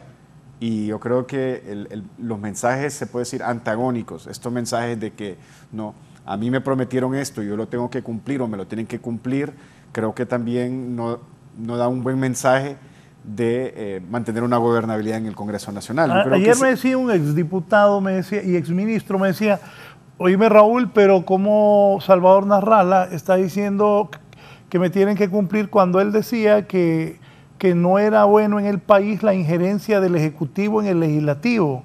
Y ahora Narrala, que es uno de los tres designados, está opinando desde el Ejecutivo ya electo hacia lo que va a pasar en el Legislativo. Eso me lo dijo ayer un exministro y exdiputado también, hablándome de este tema electoral. Luis, ¿qué piensa? Mire qué buena visión la que le dieron. La verdad es muy buena la perspectiva. Yo creo, Raúl, que, a ver, usando los números a priori que habían, no he visto el último actualizado, pero Libre tiene 51 diputados, Salvador de Honduras tiene 12, ahí hacen 63, tal vez 64. PAC y DC hay 2 entre los dos, los liberales tienen 20 y los nacionalistas tienen 40. Si los liberales hicieran mancuerna con los nacionalistas, habrían 60 votos, más los 2 de Democracia Cristiana y 62, más 64, o sea, hay una igualdad en el Congreso Nacional de la República. ¿Por qué es importante mencionar esto? Yo creo que parte de lo que se está viviendo en las impugnaciones es tratar de ponerle un mayor contrapeso a Libertad y Refundación, tratando de subirle números a los partidos otrora oficialistas, ahora de oposición. Pero me parece, Raúl, que este tema del presidente del Congreso Nacional, usted lo ha mencionado muy bien, habrá que explicarle bien al ingeniero Nasralla cómo se elige. Las propuestas salen de las bancadas y la votación sale del Congreso Nacional, y si no hay un cabildeo suficientemente adecuado, es muy difícil que él pueda tener el presidente del Congreso, como pareciera que sugiere que se va a hacer poniéndolo de dedo. Así que dependerá también, insisto, de esa negociación con el Partido Liberal, pues si el Partido Liberal se viene al oficialismo, ahí hay suficiente voto para definir esa área. Pero yo no veo en el Partido Liberal, a ver, yo creo que el Partido Liberal va a tener que ser muy fino en su actuar, sobre todo que el Partido Liberal va en un decrecimiento acelerado y que puede costarle incluso la vida al partido. Entonces, las acciones que el Partido Liberal tome en los próximos 4 años desde el Congreso Nacional de la República serán fundamentales para que lo puedan rescatar o para cerrarlo y que muera. Así que creo que ahí deberá haber un análisis partidario muy fuerte. Creo que Yanni Rosenthal y los diputados deberán de generar una perspectiva clara de a dónde quieren poner al Partido Liberal. Si bien es la tercera fuerza, es una tercera fuerza con mucha diferencia de la segunda. Claro, el voto municipal lo respalda, pero en Honduras se mide la fuerza por el voto presidencial. O sea, a mí me parece que la elección del presidente del Congreso va a ser un tema muy discutido, va a ser un tema que no va a ser rápido, y me atrevo a decir que podremos saber cuál es la perspectiva de este Congreso cuando sea la primera sesión, cuando se abra legislatura. Recordemos que en el actual Congreso, cuando se inició la primera legislatura, ahí en 2018, lo primero que hubo fue una gran guerra en el hemiciclo, y hubieron pancartas, y hubieron cantos, y hubieron un jolgorio que no permitió que se arrancara adecuadamente la legislatura. Habría que ver cómo arranca esta primera convocatoria del Congreso Nacional, y eso nos va a dictar la pauta de lo que podemos esperar. Yo abogo y creo, Raúl, de que este proceso electoral a más de algún político le ha puesto las barbas en remojo, y más de algún político sabe que no puede seguir haciendo la política como la ha venido haciendo, en especial que en Honduras hacemos política como hace 40 años. Así que yo esperaría la suficiente madurez política para sentarse y empezar a construir algo que deberá ser construido por todos y todas. Ahí nadie llevará la voz cantante, ahí todos tendrán que dialogar, y esperemos que ese diálogo vaya conforme a las grandes necesidades que tiene Honduras, sobre todo a respaldar algunas cosas que vengan del Ejecutivo y que le permita al pueblo hondureño empezar a tener resultados rápidos. Pero sí es preocupante pensar que las decisiones van a ser arbitrarias, porque en la conformación que vemos de ese Congreso Nacional no es posible. Voy a ir con Kimberly Espinosa en este momento. El Consejo Nacional Electoral está iniciando el recuento especial de votos para aclarar las inconsistencias de oficio y las impugnaciones. El proceso será voto por voto, marca por marca, y habrá 52 juntas de verificación. Los partidos políticos tendrán representación para garantizar la transparencia. Kimberly, adelante.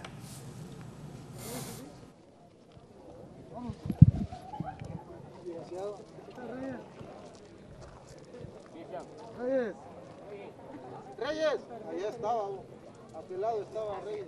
Ahí estaba. Vemos, aquí vemos los militares. Esto es en el Instituto Nacional de Formación Profesional Infoque, entiendo. Pero esto es importante. De verdad que lo está haciendo bien las autoridades del Consejo Nacional Electoral.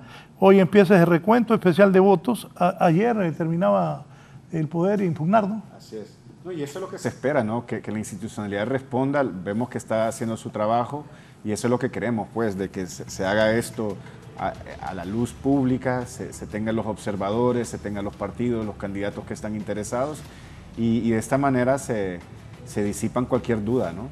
52 juntas de verificación.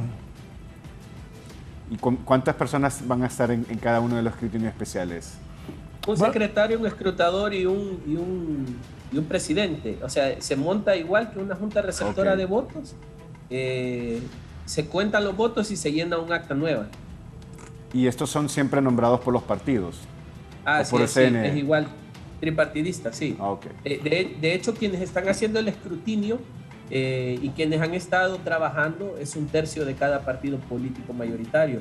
Así se hizo también en primaria, que creo que es también algo que deberíamos corregir a futuro.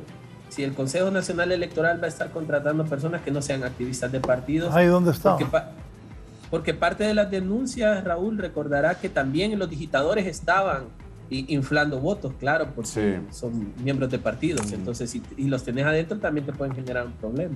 ¿Y los observadores internacionales van a estar ahí, Luis? Sí, va a estar abierto a los observadores y a los partidos. Y lo único que yo creo que no deberíamos manejar es este tema del sistema de cámaras, porque al final, aunque se quiera ver como transparente, tú solo ves gente ahí moviéndose, no sabes lo que está pasando. Creo que debería estar abierto no solo a observadores nacionales e internacionales acreditados. Yo creo que el pueblo hondureño debería ir, un ciudadano con su nuevo documento de identificación y decir yo quiero ver qué está pasando. Sobre eso que dice Luis, déme el nombre si aquí es que tiene. No he visto ahí en CNN que la gente pasa ahí. Sobre eso que dice Luis, ayer escuché a Kelvin Aguirre, que es el comisionado presidente del Consejo Nacional Electoral, que eso iba a ser transmitido por Canal 8 en directo y pasó la vez pasada, recuerden, en la elección anterior, y todos los canales nos pegábamos esa señal y va a ser lo mismo. Voy, Kimberly, adelante.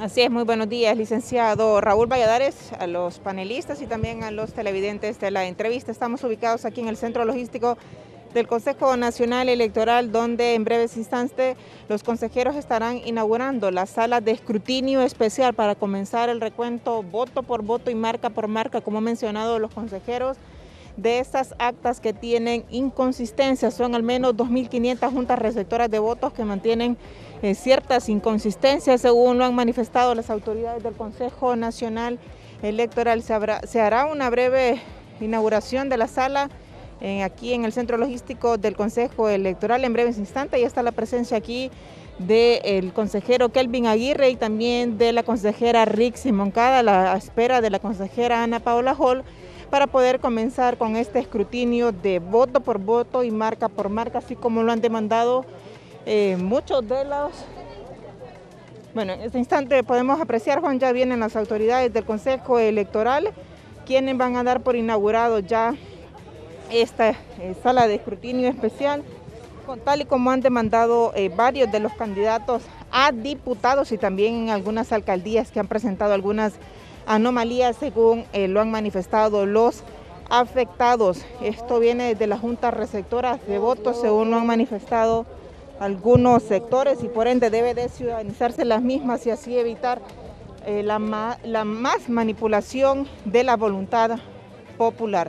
En breves instantes aquí ya está la presencia del Pleno del Consejo Nacional Electoral, que dará por inaugurado ya esta sala de escrutinio especial de al menos 2.500 juntas receptoras de votos. Vemos también aquí al titular de las Fuerzas Armadas, Tito Livio Moreno, quien también están como parte de las Fuerzas Armadas resguardando cada una de las maletas electorales, como se dio desde la distribución del material electoral hace unos días. Estarán más de 50 personas de los partidos políticos cuidando o haciendo este cotejo nuevamente de los votos en los lugares o departamentos que hay denuncias de algunas irregularidades, denuncias que también ya han llegado hacia la Fiscalía, según han dado a conocer la portavoz Lorena Calix. Vamos a escuchar todo lo que está aconteciendo y el motivo del encuentro aquí de las Fuerzas Armadas y también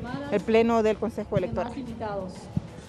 Este día cumplimos una misión muy importante y es la recepción de la última maleta electoral procedente del departamento de Olancho. De las 18.293 maletas electorales que se distribuyeron a nivel nacional, este día recibimos la última y para ello vamos a hacer un acto muy importante. En este momento, el custodio de transporte del Consejo Nacional Electoral, José Luis Guerrero, toma la maleta electoral para poder hacer entrega de la misma al general de división de las Fuerzas Armadas y jefe del Estado Mayor Conjunto, el general Tito Livio Moreno, quien a su vez toma la maleta y se le entregará a las autoridades del Consejo Nacional Electoral, específicamente al consejero presidente de este ente electoral, el abogado Kelvin Aguirre. Un aplauso, por favor. Un trabajo arduo de muchas instituciones y gracias a las Fuerzas Armadas por este esfuerzo y a los demás que han participado en este proceso tan importante para el país. El abogado Kelvin Aguirre toma la maleta electoral y la entrega a los codirectores electorales, específicamente a Blanca Laínez, quienes a su vez la ingresan al Centro Logístico Electoral. Un aplauso, por favor, porque esto es algo muy importante para toda la nación. A ustedes también les logramos invitar, por favor, ingresemos al Centro Logístico Electoral para proceder con el otro evento de suma importancia.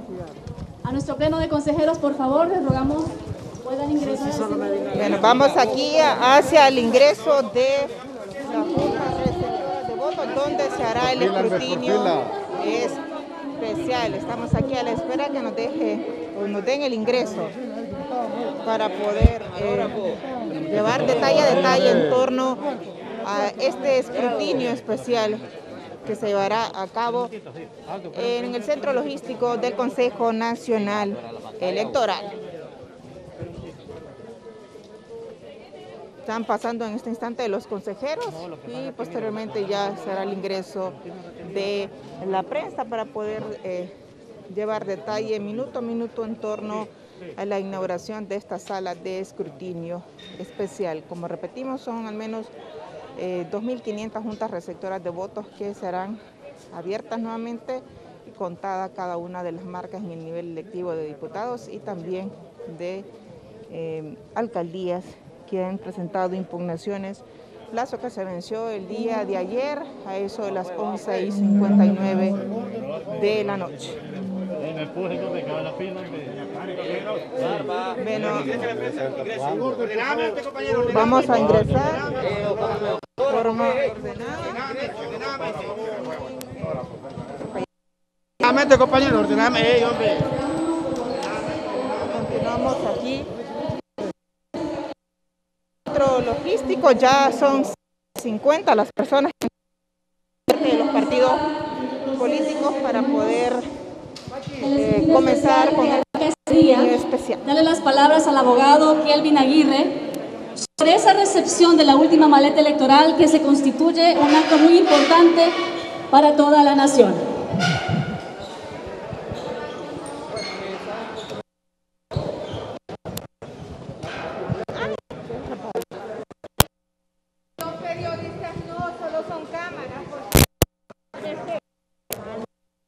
Medios de comunicación pueden acomodarse.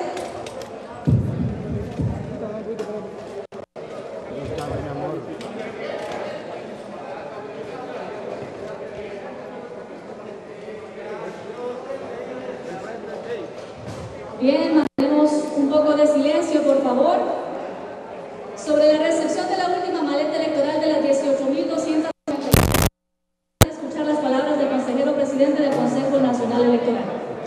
Muchas gracias, buenos días a todos y todas. Para este Consejo Nacional Electoral, el día de hoy es histórico.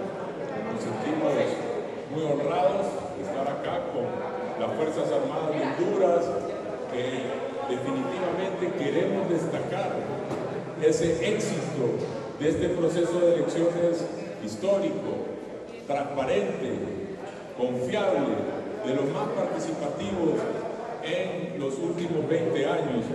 Y estos factores, como es la transparencia y la confianza que se demostró con esa participación masiva en las urnas del pueblo hondureño, se debe gracias a esa gran labor que ha realizado las Fuerzas Armadas de Honduras, con todo ese transporte, con toda esa logística que pudo que nosotros pudiéramos realizar este proceso de elecciones con éxito general. Así que nosotros queremos destacar fuerte aplauso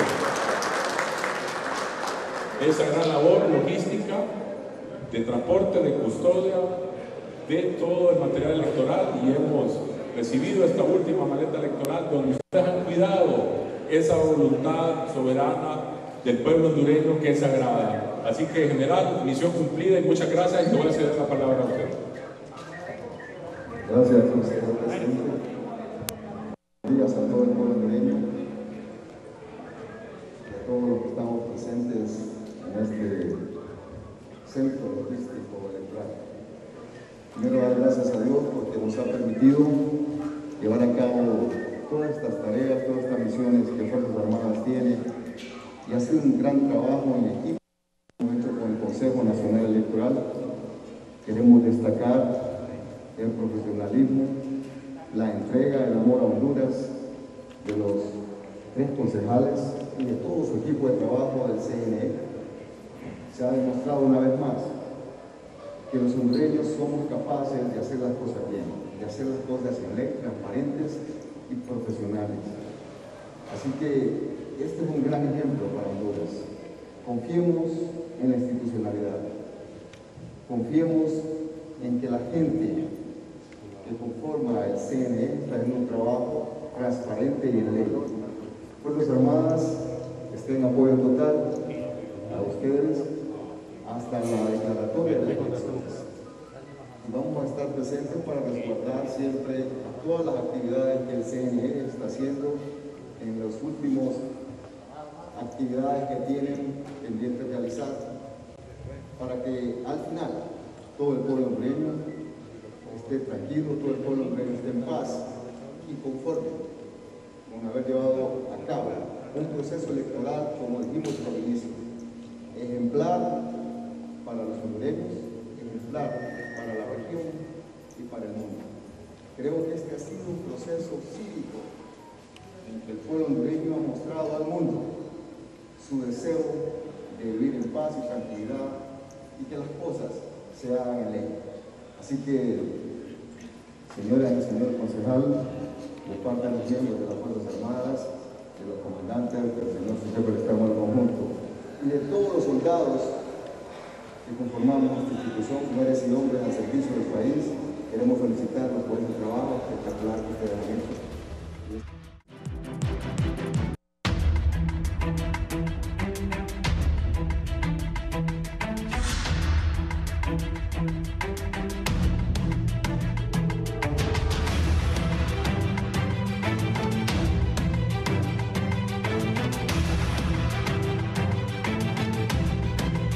Bien, está interesante una plática que teníamos. Dígame, ha trascendido de que se están haciendo nombramientos de última hora en el gobierno y se me está informando también que algunas licitaciones se quieren hacer. ¿Qué piensa de eso? Bueno, eso sabemos de que si se hacen nombramientos sin la asignación presupuestaria, es decir, sin tener el dinero ahí asignado para estos nombramientos, cualquier persona, ¿no? Cualquier autoridad, cualquier ministro o ministra puede ser susceptible de un proceso penal por abuso de autoridad. Entonces hay que tener mucho cuidado. A nosotros también nos han informado eso, ¿no? De que algunos ministros están recibiendo presión de la misma estructura del Partido Nacional, ¿no? Más de 15,000 puestos quieren otorgar en algunas secretarías grandes. Eso hay que tenerle mucho cuidado, porque justamente el Fondo Monetario Internacional también ha dicho de que la situación hondureña no es tan positiva que digamos para estar gastando en recursos humanos en este momento, ¿no? Entonces yo creo que eso preocupa. El tema de las licitaciones también, ¿no? Yo creo de que cualquier licitación, especialmente cualquier proceso de contratación directa en este momento, también debe ser investigado y debe en cualquier momento también debe ser conocido por el público, ¿no? Y el otro elemento que creo que hay que llamar la atención es cualquier movida que se pueda hacer en el Congreso Nacional, es decir, cualquier sesión que ahora las hacen virtuales para aprobar legislación para garantizar, ¿no?, impunidad o para garantizar también algunos beneficios y privilegios para ciertos sectores. Yo creo que este momento, que ya estamos, se puede decir, en un proceso de transición, es sumamente peligroso hacer este tipo de decisiones, justamente porque la población le ha dado un voto de confianza a las nuevas autoridades electas y ha castigado, ¿no?, al oficialismo, ¿no? Entonces yo creo que hay que tener mucho cuidado con este tipo de acciones, ¿no? Luis, ¿qué piensa de eso, de nombramientos de última hora, licitaciones a matacaballo, multimillonarias? Para el caso ya trasciende una posible, que están buscando hacer una licitación para lo que son los activos de la Empresa Nacional de Energía Eléctrica, que los informes que tenemos es que no habían hecho dicha licitación y ahora están corriendo a hacerla. Luis. Sí, nosotros también nos hemos dado cuenta de un montón de casos, incluso estos contratos, Raúl, estos nombramientos se están dando de institución a institución, por citar un ejemplo. Hay personas que están por contrato en el Instituto de la Propiedad y los están llamando de la Comisión de Bancos y Seguros para darles allá un nombramiento. Yo creo que es una irresponsabilidad política. Evidentemente el partido en gobierno no tenía presupuestado perder y claro, debe garantizar cierto nivel de compromiso, especialmente con los activistas y tratar de evitar de que en un cambio de gobierno haya un despido masivo. Pero creo que si no se cumplen los procedimientos que ya están estipulados en la ley, creo que se puede incurrir en alguna acción administrativa de sanción a quienes estén haciendo esto. Yo lo que creo es que al final deberá mostrarse el Partido Nacional no solamente como un buen perdedor, sino también como un administrador que no quiere dejar mayores problemas que le sigan cargando peso. Yo recuerdo el último foro que estuvimos con doña Julieta, ella hacía una mención muy clara de cómo la gente ve al Partido Nacional, especialmente los jóvenes, y cómo lo van a ver los próximos años. Si ellos cierran su gobierno haciendo este tipo de cosas, va a ser un agravante aún mayor para la intención de voto para las siguientes elecciones. Y me parece muy irresponsable, me parece fuera de lugar, teniendo en cuenta que Honduras tiene un presupuesto muy inflado de 300.000 millones, de los cuales solo 90.000 a 100.000 millones son de impuestos, lo demás es deuda externa, 16.000 millones de dólares de deuda externa. Yo creo que no se debe jugar con la estabilidad económica endeble que tenemos, de hecho no tenemos estabilidad, y me parece que los partidos políticos se rehúsan de alguna manera a entender que ya no pueden tomar decisiones arbitrarias.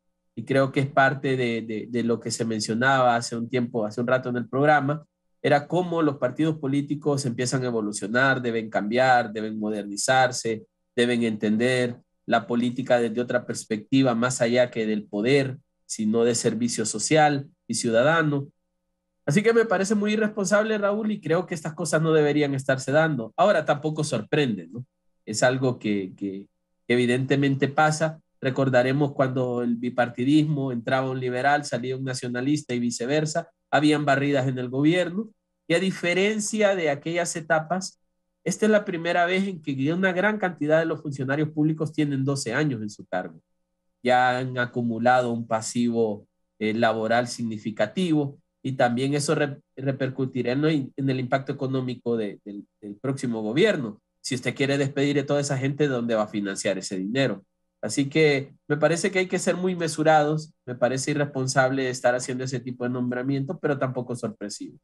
Sí, otro punto, ayer el profesor Esponda, que era candidato de Libertad y Refundación, estaba denunciando que quieren sacar los fondos del Instituto de Prevención, del INPREMA, para inyectarlos en el aeropuerto, ¿no? Sí, y mire, a mí me fueron a contar otra también, donde se están dando, se puede decir, nombramientos retroactivos, ¿no? Para cumplir los 6 meses previos, y de esa manera las prestaciones son calculadas en función a los últimos 6 meses. Entonces yo creo que yo creo que el Partido Libertad y Refundación está hablando de hacer una auditoría, pero yo creo de que es también parte de la transición va a ser revisar, ¿no?, estas últimas contrataciones de último momento, porque se dieron también situaciones donde se dieron ascensos, se dieron mejoras salariales de los últimos 6 meses de manera retroactiva. O sea, se ha dado muchas irregularidades para beneficiar a las clientelas, para beneficiar a los amigos políticos y para beneficiar también a, ¿no?, miembros del partido oficialista, ¿no? Esto no es nuevo, sabemos de que esta ha sido una práctica también consuetudinaria, pero hoy en día que tenemos acceso a información, que los medios de comunicación también difunden ese tipo de información y que también tenemos un fenómeno muy interesante, que los mismos empleados públicos denuncian este tipo de arbitrariedades, ¿no? A nosotros, ¿no?, empleados públicos de las diferentes instituciones nos dicen, mira, está pasando esto, ¿qué va a suceder? Está pasando esto en salud, en educación, en el Tribunal de Cuentas también, ¿no? Entonces yo creo que aquí hay que tomar medidas y espero que el nuevo gobierno también haga una revisión exhaustiva de ese tipo de movidas que se están dando a última hora, ¿no? Sí, sobre eso que dice Luis, ¿cómo va a ser el gobierno? Aquí también Víctor Valladares, más adelante, la empresa privada recomienda al gobierno renegociar la deuda interna. Mucha gente que tiene 12 años de no tener un empleo en la administración pública aspira a un cargo en la administración pública. Mucha gente de libre, gente que cree que va a tener una opción en el gobierno. ¿Cómo va a ser las finanzas del Estado para poder pagar esas prestaciones? Primero con Luis y luego con Lester. Yo no creo que haya una gran capacidad de pago de prestaciones, Raúl. Y yo creo que esa es parte de la evaluación que deberá hacer el nuevo Ejecutivo, especialmente que, aunque han hablado de que van a cerrar, yo vi una noticia que iban a cerrar cerca de 90 oficinas del Estado, no sé, que están hasta en duplicidad. Eso representa un costo para el país. Entonces, las finanzas públicas son finanzas no solamente deterioradas, sino que están en números rojos alarmantes. Y yo siempre digo, a ver, cuando uno administra su casa, por ejemplo, y tienes 3 tarjetas de crédito y estás endeudado hasta donde ya no, y te están llamando que te van a embargar, que te van a quitar el salario, que tienes que hacer un arreglo de pagos, terminas renegociando tu deuda y haciendo un plan y te socas la faja, te olvidas del cine, de los zapatos, de la ropa, del viaje y empiezas a pagar y cuando pagas quedas libre y ya puedes hacer mejores cosas. Yo creo que Honduras debe transitar con una lógica de ese tipo. Honduras está demasiado endeudado. La ley define que puedes endeudar hasta el 40% del Producto Interno Bruto. Hoy tenemos cerca del 60% del Producto Interno Bruto endeudado. Muy difícilmente se puede hacer responsable de la alta carga que lleva el país. Así que a mí me parece que habrán que tomarse decisiones sobre quiénes deberán quedarse, personas que tengan un aprendizaje y una capacidad demostrada en esa evaluación. Libertad y Refundación debe cumplirle a sus activistas y evidentemente la gente por contrato serán los primeros en salir y entrarán otros por contrato de Libertad y Refundación. Pero a mí me parece que no estamos en condiciones de un despido masivo y de ahí sí lo ve uno desde el otro lado, ¿no? Toda esta gente que ha estado tantos años fungiendo como funcionarios públicos salen a un mercado laboral casi inexistente. Es muy difícil conseguir un trabajo en Honduras. Entonces, claro, meter un indicador de desempleo tan alto de manera inmediata, si no te lo compensa la recontratación o los contratos nuevos, es bastante complejo. Yo aspiraría primero, antes de tomar esas decisiones, a hacer una evaluación fiscal. Y yo confío mucho, por ejemplo, en las visiones que pueda dar Hugo Noé Pino, por ejemplo, en ese gobierno, que formaba parte del grupo promotor del diálogo fiscal. Yo creo que por ahí es donde debe empezarse. El arrancar despidiendo gente y contratando va a ser caótico para las finanzas inexistentes del país. Aunque se hable de readecuar el presupuesto de 2022, aunque hay algunas líneas de donde se puede sacar, por ejemplo, de los casi 9.000 millones de lempiras que reciben las Fuerzas Armadas y casi los 7.000 millones que recibe la Policía Nacional, no estoy tan seguro que lo mutilen al 50%. Es decir, no puedes tomar decisiones tan abruptas de entrada. Así que a mí me parece que habrá que esperar. Entiendo a los funcionarios públicos, hay mucha preocupación en los empleados públicos, nos vamos a ir, qué va a pasar, pero bueno, hay que tener paciencia. Yo creo que este gobierno, lo dije la vez anterior, Raúl, no debe correr. Si corres te tropiezas en un país que tiene mucha piedra en el camino, así que hay que ir despacio. Yo confío que la presidenta Castro y su equipo sabrán tomar algunas decisiones oportunas de entrada porque Honduras está en una situación muy compleja.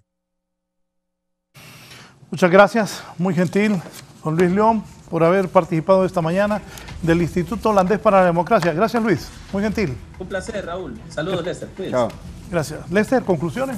Bueno, yo creo de que todos estamos optimistas, todos estamos muy expectantes de lo que va a ser este nuevo gobierno, este nuevo Congreso, estos nuevos liderazgos políticos. Creo que hay que darles el voto de confianza, pero también no darles un cheque en blanco, no darles carta abierta para hacer lo que quieran. Yo creo que la gran lección que hemos aprendido en los últimos 12 años es que no podemos permitir la concentración del poder, no podemos permitir que la corrupción sea la regla general, y por ende tenemos que siempre controlar el poder, ¿no? Yo siempre lo digo, ¿no? Todos nosotros necesitamos control. Usted, me imagino con su esposa, con sus hijos, ¿no? Es controlado, pero usted también los controla.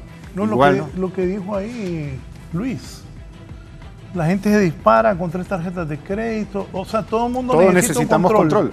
Y el Estado necesita un control. Y los políticos, que son los que le hemos dado, ¿no? la confianza a través de nuestro voto, también es parte del control que nosotros como ciudadanos, como electorado, le tenemos que dar. Y el primer control es el control ético, es decir, tienen que comportarse a la altura, tienen que demostrar que son líderes, que tienen que demostrar de que están en esos puestos de toma de decisión porque saben hacer las cosas bien, ¿no? Y entonces yo creo que de ahí tiene que venir nuestra labor como medio de comunicación, como organizaciones de sociedad civil, como sector privado, como academia, ¿no? El control es muy importante, y yo creo que si le damos esa confianza, pero si le damos ese control también y les imponemos, ¿no? Limitantes al poder, creo que vamos a tener un buen gobierno y un buen Congreso Nacional estos próximos 4 años. Sabemos que no van a poder resolver los grandes problemas estructurales que hay en el país. Sabemos de que la pobreza no se va a desaparecer de la noche a la mañana. Sabemos que la corrupción tampoco se va a erradicar. Sin embargo, estos son los primeros pasos que creo que debemos ir tomando, ¿no? Estos son procesos de largo plazo, la población lo debe entender también. No hay una varita mágica para generar empleo, pero lo que sí hay un trabajo es para generar la estabilidad política, para tener, ¿no? inversiones de largo plazo, tener la seguridad jurídica para tener negocios que puedan manejarse, ¿no? dentro del marco de la ley, y eso es lo que creo que queremos, ¿no? Queremos empezar, queremos cambiar de trayectoria de país, y necesitamos que el país en sí contribuya, no solamente Libre o el PSH o Pino o cualquier otro partido político, sino esto tiene que ser, ¿no? una contribución de todos. Así como fuimos a votar, así tenemos que seguir apostándole a Honduras, ¿no?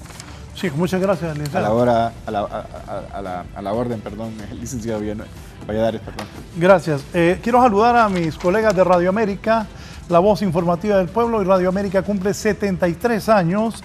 Quiero saludar a Mauricio Ortega, a Rodolfo Colindres, a Lesma Morazán, a Marcos Durón, a Henry Marvin Cabrera, a todo el equipo de la América, grandes figuras que han pasado por ahí también, como Luis Edgardo La Escopeta Vallejo, que hoy está viajando a México a la graduación de una de sus nietas. A toda la familia de la América, felicidades por sus 73 años de servirle al pueblo hondureño. Vamos con un rápido resumen noticioso.